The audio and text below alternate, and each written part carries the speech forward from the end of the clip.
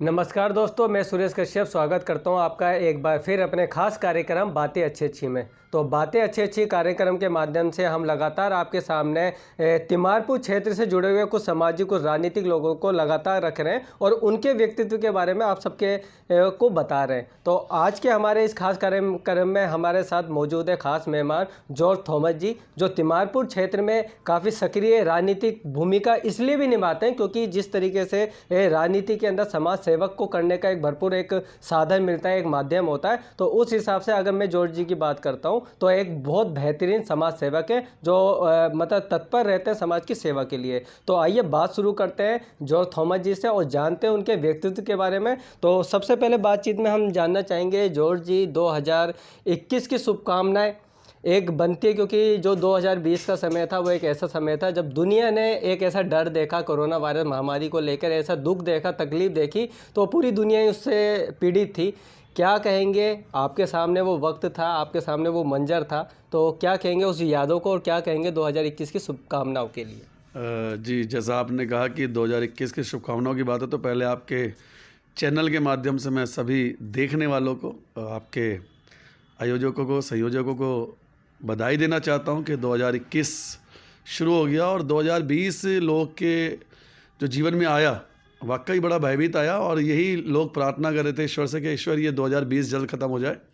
और 2021 अगर आप देखें तो एक अच्छा साल शुरू हुआ है, वैक्सीन आ गई है, लोगों में डर ख़त्म हो गया है, आज आम आदमी आम जिंदगी जी रहा है। और दूसरी बात आपने कहा कि जी 2020 की याद है, तो 2020 मेरे लिए नहीं पूरी दुनिया के लिए एक भयभीत करने वाला समय था। लगता था कि हर आदमी को देख के ऐसा महसूस होना था कि इसको कोरोना है, मुझे कोरोना ना हो जाए। और कोई भी लक्षण हल्का सा भी अपने परिवार में या अपने आप में दिखता था तो एक भय तैयार हो जाता था। लेकिन प्रभु का धन्यवाद हो, उस परम पिता का धन्यवाद करते हैं जिसने सृष्टि को रचा और उसने हम सबको बचाया। बहुत से लोग चले गए, उनकी आत्मा को प्रभु शांति दे, और जिनके परिवार के लोग गए हैं उनको भी प्रभु संभाले। और हम लोगों के लिए प्रभु का धन्यवाद करते हैं कि प्रभु ने संभाला, और हमारी उम्मीद है कि आने वाला टाइम 2021 सभी के लिए मंगलमय और शुभकामनाओं सहित रहेगा। जी बिल्कुल जॉर्ज जी, जैसे आपने कहा कि एक भयभीत करने वाला समय था कोरोना काल, जो लॉकडाउन का जो समय था, ऐसे में जब लोग अपने आप को बचा रहे थे, घर में बंद कर रहे थे क्योंकि प्रधानमंत्री जी का भी आदेश था, लेकिन उसके अलावा जब लोगों की तकलीफ बढ़ने लगी और लोग भूख से पीड़ित दिखने लगे और भी बहुत सारी कमियां जब महसूस होने लगी, तो समाज के बहुत सारे लोगों ने, समाज सेवकों ने बाहर निकल के योगदान दिया समाज के प्रति। उनमें से एक आप भी रहे और आपने बिल्कुल अनोखे तरीके से, जिस प्रकार से आपने मास्क बनाने का फैसला लिया, लोगों को खाना पहुंचाया, तो किस तरीके की वो सोच रही थी, आपने कैसे सोच लिया कि आपको मास्क बनाना है, क्योंकि वो एक तरीके से सुरक्षा का साधन भी था? जी देखिए, ये जो समय 2020 में आया और ये कोरोना जो बीमारी आई, ये कहीं ना कहीं ईश्वरीय दंड मनुष्य के लिए था, जो मैं इस पे विचार करता हूँ और हमारा धर्म ग्रंथ बतलाता भी है। जब जब इस दुनिया में पाप बढ़ता है तो परमेश्वर कहीं ना कहीं मनुष्य को चेताते हैं, और हम लोग इस बात को आजकल रोज़ सुन भी रहे हैं, प्रचार भी कर रहे हैं और बता भी रहे हैं कि ये एक चेतावनी है परमेश्वर की तरफ से मनुष्य के लिए कि अपने आप को अब भी संभाल लें। क्योंकि जो धरती पर हो रहा है आज की डेट में, राजनीतिक तौर पर देख लीजिए, सामाजिक तौर पर देख लीजिए, मैंने इस कोरोना में बहुत से लोगों को देखा, सिर्फ कुछ लोग नाम के लिए काम कर रहे थे, कुछ लोग दिखावे के लिए काम कर रहे थे, कुछ लोग ऐसे भी थे जो सच्चाई में काम करते। तो देखिए, इसी मारे धरती रुकी हुई है। कहीं ना कहीं ऐसे धार्मिक लोग हैं जो निस्वार्थ लोगों की सेवा करते हैं, और इसी कारण इस धरती पर जो पापी हैं उनके पाप धुल जाते हैं, कम हो जाते हैं, और ये धार्मिक लोग धरती को बचाए हुए हैं। इस कोरोना काल में जो आपने कहा कि सेवा मैंने करी, और देखिए मैं एक मसीह परिवार से हूँ, क्रिश्चियन परिवार से हूँ, तो हम लोगों में मानवता का बड़ा रोल रहता है। और जब ये कोरोना आया तो मुझे ऐसा लगा कि ईश्वर ने इस बात को दर्शाया है कि ये समय दूसरों की सेवा करने के लिए। हम लोग सेवा इसलिए नहीं कर रहे थे कि हमें लोग देखें, बल्कि इसलिए सेवा कर रहे थे कितना भला हम कर सकते हैं, क्योंकि ऐसा लगता था कि शायद हम रहे ना रहें। जो पैसा हमने इकट्ठा कर रखा वो किसी काम नहीं आता, अगर हमें कुछ हो जाता तो किसके काम आता? बच्चे हैं, बीवी है, सब है, लेकिन एक ऐसा भय उत्पन्न हो गया था कि पता नहीं क्या होगा। तो उस टाइम एक जागृति आई कि नहीं, हमें समाज के लिए बहुत से लोग, जैसे एकदम प्रधानमंत्री ने आदेश कर दिया कि जी लॉकडाउन हो गया, कोई बाहर नहीं निकलेगा। बहुत से लोग ऐसे जो सुबह कमाते हैं, शाम खा लेते हैं, खाली पेट रहते हैं। बहुत से लोग ऐसे हैं जो बेचारे भीख मांग के गुजारा करते हैं। बहुत से लोग ऐसे जो मांग करके खाते हैं। बहुत से लोग ऐसे हैं जिनका सुबह आता है, शाम नहीं आता। तो आपने आदेश तो कर दिया, लेकिन उनकी चिंता नहीं करी कि उनका क्या होगा।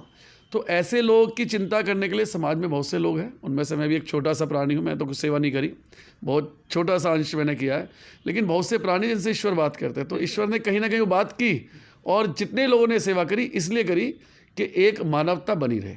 लेकिन जॉर्ज जी, एक डर तो मन में सभी के था, क्योंकि जब डॉक्टर जो इलाज कर रहे थे उनको भी डर था, वो अपने आप को पूरा पैक्ड करते थे पीपीई किट से। लेकिन जिस तरीके से आप जो आम जन था, ना इतनी जानकारियाँ थी कोरोना को लेके, और डर था, और जब तिमारपुर जो क्षेत्र है जहाँ आप रहते हैं, यहाँ पे कंटेनमेंट जोन तक घोषित किया गया, तो एक तो डर था मन में। तो क्या आपको नहीं लगता था कोई परिवार है, बीवी बच्चे हैं, और ऐसे के अंदर लोगों के बीच जाना, मास्क बांटना, खाना बांटना, तो कहीं ना कहीं कुछ था मन में परिवार में? नहीं, ये तो बिल्कुल सही बात है, डरता था। और वाइफ भी कहती थी नीचे मत जाओ, ग्लव्स डाल लो, मुंह पे मास्क लगा लो। पर एक दोहा है, जाको राखे साइयाँ मार सके ना कोई।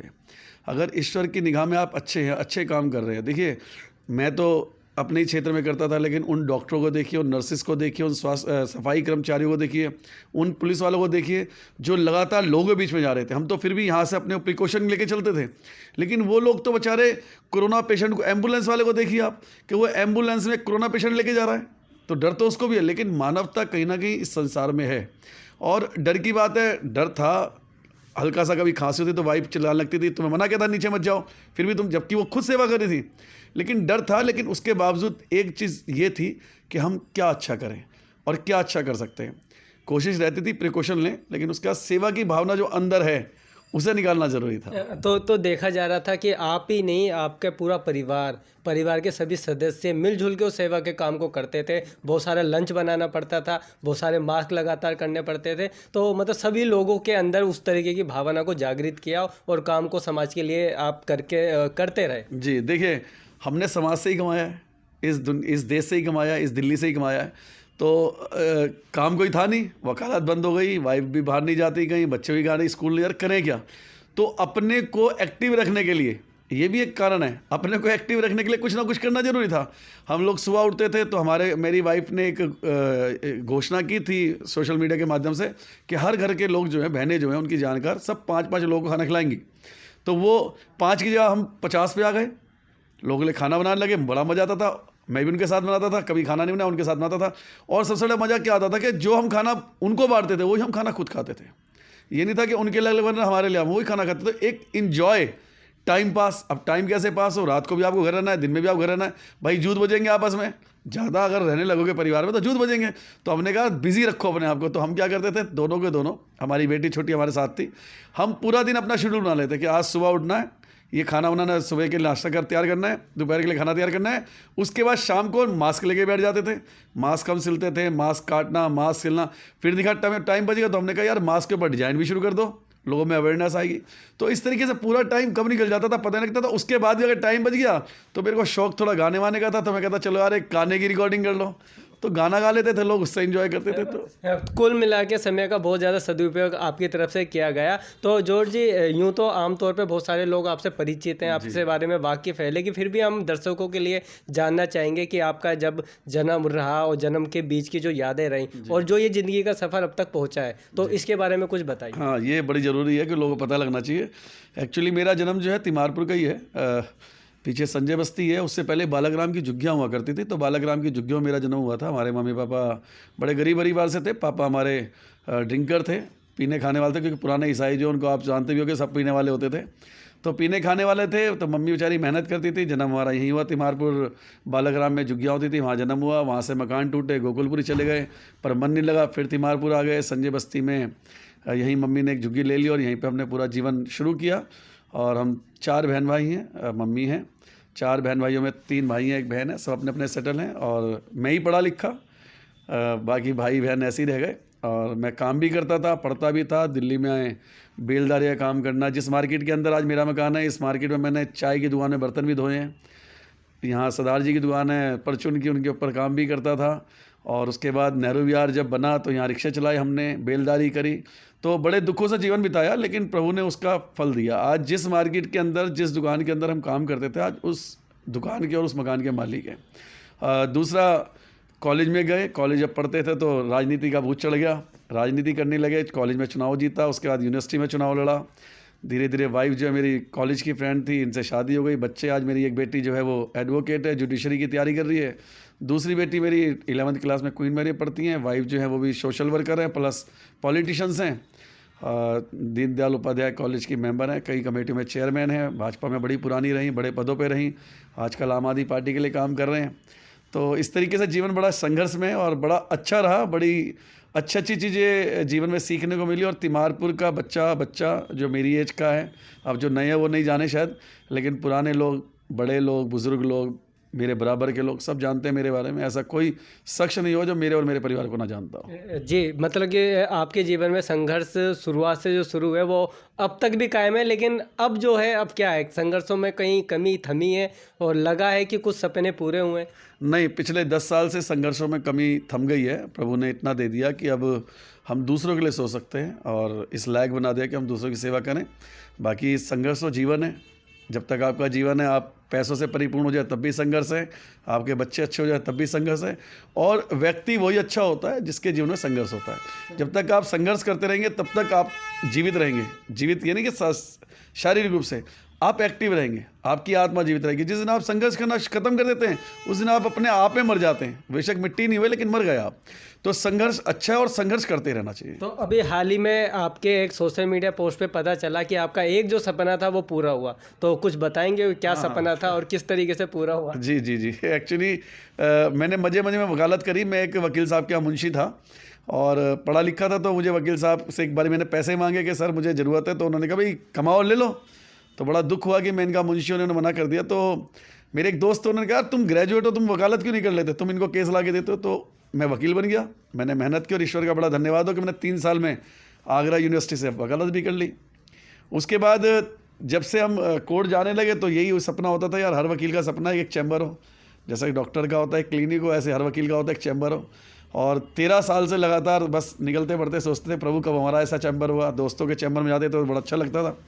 तो ईश्वर ने नए साल में बड़ा काम किया, जो 13 साल का इंतजार था उसको पूरा किया और एक बड़ा अच्छा चैम्बर K59 मेरा है और मेरे ही नाम से है, मेरे नाम से अलॉट हुआ है। उसका मुहूर्त हुआ था तो सोशल मीडिया मैंने डाला था, प्रभु का धन्यवाद किया था। तो एक बड़ी अचीवमेंट प्रभु ने मेरे जीवन में दी है। तो दोनों चीज़ आप में थी, तो क्या राजनीतिक पार्टियों, क्योंकि काफ़ी लंबे समय से आप जुड़े हैं, मैडम जी भी जुड़ी हुई हैं, तो काफ़ी लंबे समय से है, लेकिन राजनीतिक पार्टियों की आखिर डिमांड क्या होती है कि कहीं ना कहीं वो मेहनत और संघर्षों को नज़रअंदाज करती है और कुछ अलग टाइप के कैंडिडेट लोगों को बीच में रखती है? देखिए, इसमें संघर्ष और समाज सेवा ये तो हमारे खून में बसा हुआ है, ये तो हम करते रहेंगे। बेशक राजनीतिक पार्टी इस बात को समझे ना समझे। दूसरी बात यह है कि जैसे आपने कहा कि राजनीतिक पार्टियों में अब कार्यकर्ता की इमेज क्या है क्या नहीं है, तो ये राजनीतिक पार्टी की अपनी सोच है। लीडर्स बदलते हैं। देखिए, भाजपा एक टाइम थी जहाँ जब कार्यकर्ता को घर से बुलाया जाता था, देखते थे अच्छा कार्यकर्ता उसको बुला करके चुनाव लड़वाया जाता, पार्टी खर्चा करती थी, पार्टी चुनाव लड़वाती थी, नेता बनाती थी। एक समय आज ऐसा है कि पार्टी अटैची मांगती है। कहीं ना कहीं आप देखें पिछले चुनाव में तिमारपुर के अंदर क्या हुआ है, जिनको कोई जानता नहीं पहचानता नहीं पार्टी ने उनको टिकट दी। उसी प्रकार सारी पार्टियों की अगर आप बात देखें तो सब जगह यही है। तो राजनीतिक पार्टी किस स्तर पर काम कर रही हैं, राजनीतिक पार्टी किस स्तर पर टिकट देती हैं, हमें आज तक समझ नहीं आया। लेकिन हम लोग अपना संघर्ष जारी रखेंगे, राजनीति जारी रखेंगे, मेहनत करते रहेंगे। अगर हमारे भाग्य में है तो शायद नेता बुला के टिकट दे देगा, नहीं हमारे भाग्य में तो नेताजी का अगर चाहेंगे तब भी नहीं दे पाएंगे। लेकिन जॉर्ज जी, सबसे महत्वपूर्ण सवाल की तरफ अब हम जाएंगे। जैसे कि बात हम राजनीति कर रहे हैं, तो हमारे मतलब भारत देश के अंदर जो राजनीति होती है वो बिना धर्म आधारित हो ही नहीं सकती, क्योंकि वोट बैंक की राजनीति करते हैं, हिंदू मुस्लिमों के आपस में करते हैं और भी बहुत सारे फैक्टर धर्म को लेके दिखते हैं। तो आप किस तरीके के, आप जो धर्म को मानते हैं, आप धर्म को किस आधार पे मानते हैं और क्या मैसेज देंगे इस ज़माने में, क्योंकि बहुत धर्म को लेके एक दूसरे को भड़काया जाता है? जी देखिए, ये आपने बिल्कुल सही बात कही कि राजनीति में धर्म का बहुत बड़ा बोलबाला हो गया है। मेरी वाइफ की 2 बार टिकट भाजपा से इसी मारे कटी कि उनका हस्बैंड ईसाई है और लोग कहते हैं जी ईसाई बनाने वाले। मैं हमेशा एक बात का चैलेंज करता हूँ, मुझे एक आदमी ला के दिखा दीजिए जिसको मैंने ईसाई बनाया हो, या ईसाई बनते कैसे हैं। एक्चुअली लोगों को पता नहीं है, लोग इस चीज़ को जानते हैं कि ईसाई बनने का या किसी धर्मांतरण करने का तरीका क्या है। खाली मुंह से बोल देना धर्म परिवर्तन नहीं होता, ये मन परिवर्तन होता है। मन परिवर्तन लोग कर लेते हैं, लेकिन धर्म परिवर्तन के लिए कानूनी कार्रवाई होती है, परमिशंस होती हैं, उसके लिए एफिडेविट्स लिए जाते हैं, एसडीएम के पास पेश किया जाता है, जो धर्म परिवर्तन होता है। मेरी वाइफ का नाम आज भी रजनी सोडी चलता है। अगर आप पूरे क्षेत्र में देखें, पूरी दिल्ली में रजनी जॉर्ज कोई नहीं जानता। वो आज भी ईसाई नहीं है, आज भी अपने बाप का नाम चलाते हैं सोडे। तो मैं अपनी औरत को आज तक ईसाई नहीं बना पाया, रजनी जॉर्ज नहीं कर पाया, तो मैं किसी को क्या ईसाई बनाऊंगा। लेकिन ये जब भी इनकी टिकट की बात आई, यही हुआ जी ईसाई बनाते हैं, ईसाई बनाते हैं, इस बात पर टिकट भी घटी। तो राजनीतिक पार्टियाँ जो धर्म की राजनीति करती हैं गंदी है, इन्हें नहीं करनी चाहिए। सेवा को लेकर के, कार्यकर्ता की निष्ठा और प्रतिष्ठा को देख करके, कार्यकर्ता के काम को देख करके मुझे लगता है टिकट दें तो कोई भी राजनीतिक पार्टी अच्छी जा सकती है। कुछ टाइम तक आप धर्म के नाम पर बेवकूफ़ बना सकते हैं, लेकिन एक समय आएगा लोग जागरूक हो जाएंगे, समझ जाएंगे। और सेवा भाव सबको दिखता है, धर्म बहुत कम दिखता है। मैंने जिन लोगों की सेवा की वो जानते थे मैं ईसाई हूँ, फिर भी मेरी सेवा लेते थे, क्योंकि वो जॉर्ज को जानते हैं कि मैं एक मनुष्य हूँ, एक आदमी हूँ, इस संसार का रहने वाला हूँ, हिंदुस्तान का रहने वाला हूँ, हिंदुस्तान का नागरिक हूँ, एक अच्छा व्यक्ति हूँ शायद उनकी निगाह में, इसलिए मेरे पास आते हैं। लेकिन मुझे इस चीज़ से कोई परवाह नहीं है कि लोग मेरे बारे में क्या कहते हैं, मेरे परिवार के बारे में क्या कहते हैं। मैं भारतवासी हूँ, भारत में पैदा हुआ, भारत मेरा धर्म है, भारत ही मेरा कर्म है, और भारत के ही अंदर मरना है और भारत की मिट्टी में समाना है। इसलिए मुझे ईसाई होना, हिंदू होना, मुसलमान होना, सिख होना, इससे कोई महत्व मेरे जीवन में नहीं है। जॉर्ज जी, क्योंकि भारत एक धर्मनिरपेक्ष देश है, लेकिन उसके बावजूद भी अब हम पिछले 6 साल से देख रहे हैं बीजेपी के शासन के अंदर जिस तरीके से कहा जा रहा है कि बीजेपी एक हिंदूवादी पार्टी हो गई है, हिंदुओं के लिए ज़्यादा करते हैं और बाकी धर्मों को कहीं ना कहीं दबाया जा रहा है। तो आप क्या मानते हैं कि आपको किस तरीके की सरकार के अंदर जो भी आपको दिख रहा है कि लव जिहाद पे भी कानून बना दिए गए हैं कुछ स्टेट पे, क्या कहेंगे इस पूरी तरीके की जो चीज़ें चल रही हैं? देखिए, ये बात तो बिल्कुल ठीक है कि भाजपा जो है वो हिंदुत्व पार्टी है। और अगर भाजपा का वर्चस्व अगर आप देखें, भाजपा की स्टैंडिंग देखें, भाजपा आई कहाँ से? भाजपा आई हिंदुओं के नाम से, राम मंदिर के नाम पे या हिंदुत्व के नाम पे। तो हम उस चीज़ को कहीं भी डिनाई नहीं कर रहे, उस चीज़ को हम कहीं नहीं बोल रहे। अच्छी बात है, ये देश हिंदुस्तान है, हिंदुत्व देश है। हर आदमी, मैं तो कहता हूँ ईसाई भी हिंदू हैं, मुसलमान भी हिंदू हैं, जिस देश में रहते हैं सारे हिंदू हैं, क्योंकि हम हिंदुस्तानी हैं जी। हम हिंदुस्तान, जब हम कहते हैं हम हिंदुस्तानी, तो हिंदू तो अपने आप ही आ गया। लेकिन कहीं ना कहीं अगर धार्मिकता को लेकर के पिछले 6 साल की बात करें या भाजपा का जब से गठन हुआ तब से बात करें, तो कहीं ना कहीं देश में एक बिखराव तो आया है, धर्म को लेकर के बिखराव तो आया। आज जहाँ चुनाव होते हैं उससे पहले दंगे हो जाते हैं, धर्म के नाम पे लोगों को मार दिया जाता है, काट दिया जाता है, पीट दिया जाता है, कहीं चर्चों में आग लगा दी जाती है, कहीं कुछ होता है। तो मेरे ख्याल से ये जो सब कुछ हो रहा है ठीक नहीं है, एक अच्छे देश के लिए ये ठीक नहीं है। हम सब हिंदुस्तानी हैं, हिंदुस्तान में पैदा हुए, हिंदुस्तान की मिट्टी मिल जाएंगे। अगर मैं मरूंगा तो इंग्लैंड में जाके नहीं दफनाया जाएगा मुझे, ना अमेरिका में, मुझे हिंदुस्तान में दफनाया जाएगा। मेरी मिट्टी हिंदुस्तान की मिट्टी मिल जाएगी। तो भेदभाव किस लिए?